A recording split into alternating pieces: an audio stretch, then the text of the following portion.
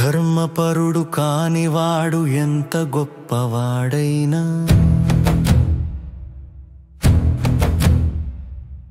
ఎన్ని సద్గుణాలున్నవాడైనా వ్యర్థుడే అగునట. ధర్మపరుడు కానివాడు ఎంత గొప్పవాడైనా ఎన్ని సద్గుణాలున్నవాడైనా వ్యర్థుడే అగునట. ధర్మవర్తి అయిన వాడు ఎంత బలహీనుడైనా అతనికి ప్రకృతి కూడా సహరించునట. ధర్మాలు తెలిస్తే సరిపోదంట, తెలిసిన ధర్మాలను ఆచరించేవాడే తరించగడంట.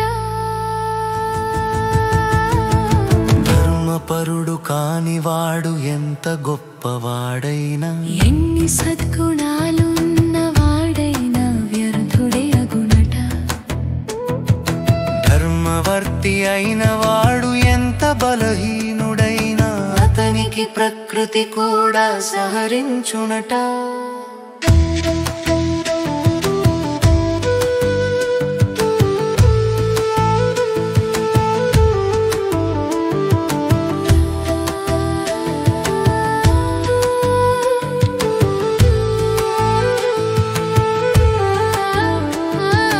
ధర్మాలు తేలిన కర్ణుడు శాస్త్రాలు తెలిసిన రావణుడు తుదకు నశించలేదా?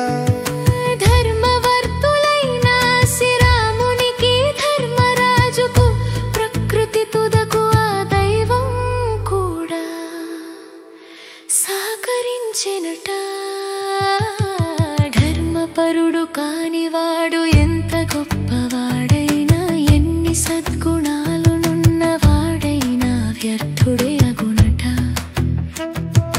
ధర్మవర్తి అయిన వాడు ఎంత బలహీనుడైనా అతనికి ప్రకృతి కూడా సహరించునట.